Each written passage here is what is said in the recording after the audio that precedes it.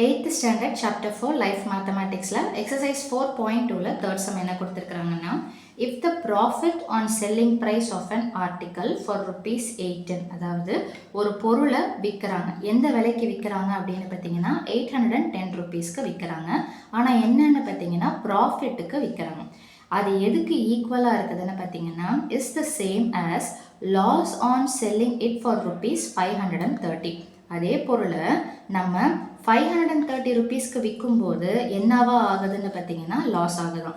So என்ன கேட்குறாங்கன்னா அந்த பொருளுடைய காஸ்ட் ப்ரைஸ் என்ன. ஸோ ஒரே பொருள் தான், ஒரே பொருளை 810 rupeesக்கு ஒரு டைமில் விற்கும்போது அது ப்ராஃபிட் ஆகவும், அதே பொருளை 530க்கு விற்கும்போது ஒரு குறிப்பிட்ட டைமில் அது லாஸ் ஆகவும் இருக்குது. ஸோ அந்த ஒரு பொருளுடைய காஸ்ட் ப்ரைஸ், அதாவது வாங்கிய விலை, இது ரெண்டுமே விற்ற விலை, லாபம் மற்றும் நஷ்டத்துக்கு இது பண்ணியிருக்கிறாங்க. வாங்கிய விலை என்னன்னு சொல்லிட்டு கேட்குறாங்க, அதாவது காஸ்ட் ப்ரைஸ் என்னன்னு சொல்லிட்டு கேட்குறாங்க. இப்போ இதில் ஃபர்ஸ்ட் கேஸ் என்ன கொடுத்துருக்குறாங்க அப்படின்னு பார்த்தீங்கன்னா ப்ராஃபிட்னு கொடுத்துருக்குறாங்க. அப்போ ப்ராஃபிட் அதாவது லாபம் அப்படின்னா என்ன ஃபார்முலா, விற்ற விலை மைனஸ் வாங்கிய விலை அப்படின்னு சொல்லிட்டு சொல்லலாம். ஸோ அதாவது எஸ்பி மைனஸ் சிபி ஷார்ட்டாக எடுத்து எழுதணும்னா, இப்போ இதில் ரெண்டுத்துலேயுமே பார்த்தீங்கன்னா என்ன தான் கொடுத்துருக்குறாங்கன்னா செல்லிங் ப்ரைஸை தான் கொடுத்துருக்குறாங்க. அப்போ இதில் வேணும்னா நான் இங்கே சப்ஸ்டியூஷன் பண்ணிக்கலாம், இல்லாட்டா இந்த இடத்துல கூட சப்ஸ்டியூஷன் பண்ணலாம். ஸோ நான் என்ன பண்ணுறேன், ஃபஸ்ட்டு கேஸில் ப்ராஃபிட்னு கொடுத்துருக்குறாங்க. So it's is equal to profit ஃபார்முலாவை எடுத்து எழுதிட்டேன். இதில் செல்லிங் ப்ரைஸ் என்ன இருக்குதுன்னு பார்த்தீங்கன்னா 810 மைனஸ் சிபி, அவ்வளோதான். எனக்கு சிபி என்னன்னு தெரியாது. அடுத்ததில் பார்த்தீங்கன்னா லாஸ் நஷ்டம்னு கொடுத்துருக்குறாங்க. எவ்வளோ ரூபாய்க்குன்னு பார்த்தீங்கன்னா விற்ற விலை 530 ரூபாய், அதாவது செல்லிங் ப்ரைஸ்ன்றது பார்த்தீங்கன்னா 530. ஸோ இதில் அப்படியே சப்ஸ்டியூஷன் பண்ணுங்கள். லாஸுக்கு என்ன ஃபார்முலா, சிபி மைனஸ் எஸ்பி. அப்போ சிபி அப்படின்றது என்ன வரும் அப்படின்னு பார்த்தீங்கன்னா தெரியாது, மைனஸ் எஸ்பிக்கு பதிலாக நீங்கள் என்ன போடலான்னு பார்த்தீங்கன்னா 530. ஸோ இப்போது என்ன கொடுத்துருக்குறாங்க, இந்த இதில் இருக்கக்கூடிய ப்ராஃபிட்டுடைய அளவும் இதில் இருக்கக்கூடிய லாஸோடைய அந்த அமௌண்ட், ஓகேங்களா, ரெண்டுமே சமம்ட்டாங்க. அப்போ நம்ம case 1 is equal to case 2 போட்டுக்கலாமா. ஸோ அப்போ கேஸ் 1 என்ன இருக்குது, எஸ்பி மைனஸ் சிபி. கேஸ் 2 என்ன இருக்குது, சிபி மைனஸ் எஸ்பி. அல்லது இதை விட்டுட்டு நீங்கள் டைரெக்டாக இதை கூட எடுத்து எழுதிக்கலாம். ஸோ இப்போ அப்படியே சப்ஸ்டியூஷன் பண்ண போகிறோம். ஸோ ஃபஸ்ட்டு என்ன எழுதியிருக்கிறோம் அப்படின்னு பார்த்தீங்கன்னா 810, ஃபஸ்ட்டுடைய விற்பனை என்னென்னு பார்த்தீங்கன்னா 810 minus CP is equal to CP.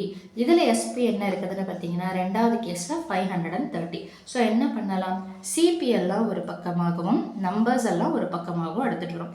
அப்படி எடுத்துகிட்டு வரும்போது இங்கே பார்த்தீங்கன்னா நெகட்டிவாக இருக்குது, இங்கே பார்த்தீங்கன்னா பாசிட்டிவாக இருக்குது. அப்போ நம்ம என்ன பண்ணலாம், நெகட்டிவாக இருக்கிறத ஆப்போசிட் சைடு எடுத்துகிட்டு வந்துட்டிங்கன்னா, அதாவது கண்டுபிடிக்க வேண்டியது எப்போவுமே கீழே இருக்கக்கூடாது, நெகட்டிவாக இருக்கக்கூடாது. அப்படி இருந்ததுன்னா அதை நம்ம மாற்றிடுவோம். ஸோ அதனால் என்ன பண்ணலான்னு பார்த்தீங்கன்னா இதை நான் இந்த பக்கம் எடுத்துகிட்டு வரேன்.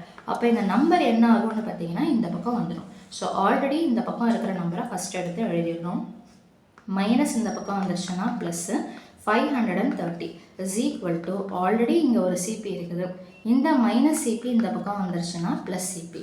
ஸோ நெக்ஸ்ட்டு ஸ்டெப்பில் 0 + 0 0, 1 + 3 is 4, 8 + 5 என்ன அப்படின்னு பார்த்தீங்கன்னா 8 + 5 is 13, 1340.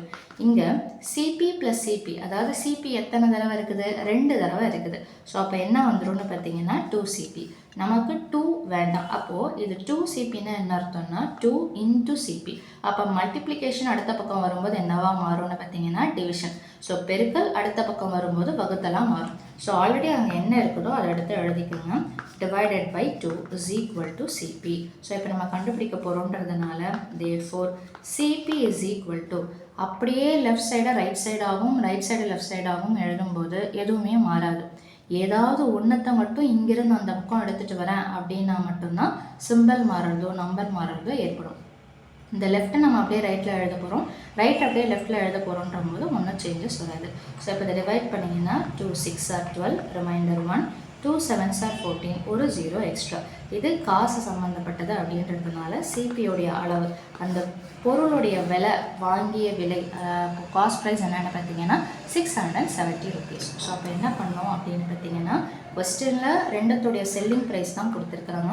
ஃபஸ்ட்டு ஒன்றுத்தில் ப்ராஃபிட்னு வருது, செகண்ட் ஒன்றுத்தில் லாஸ்ன்னு வருது. ஸோ அப்போ அந்த ப்ராஃபிட் உண்டான ஃபார்முலா அண்ட் சப்ஸ்டியூஷன், கேஸ் 2ல் லாஸுக்கு உண்டான ஃபார்முலா அண்ட் சப்ஸ்டியூஷன். என்ன சொல்கிறாங்க, ரெண்டுமே சமமான அளவு, அப்போ சிபி என்ன. ஸோ அந்த வேல்யூ எடுத்து சப்ஸ்டியூஷன் பண்ணிவிட்டு காஸ்ட் ப்ரைஸ் எல்லாம் ஒரு பக்கமாகவும் நம்பரெல்லாம் ஒரு டிவைட் பண்ணி போட்டிங்கன்னா உங்களுக்கு தேவையான காஸ்ட் ப்ரைஸ் கிடச்சிடும். ஸோ அவ்வளோதான் இந்த சம்மோட சொல்யூஷன். மீண்டும் அடுத்த பதிவில் வேறொரு சம்மோட சந்திக்கிறேன். வீடியோ பயனுள்ளதாக இருந்ததுன்னா மறக்காமல் லைக் பண்ணுங்கள், ஷேர் பண்ணுங்கள், சப்ஸ்கிரைப் பண்ணுங்கள். தேங்க்யூ.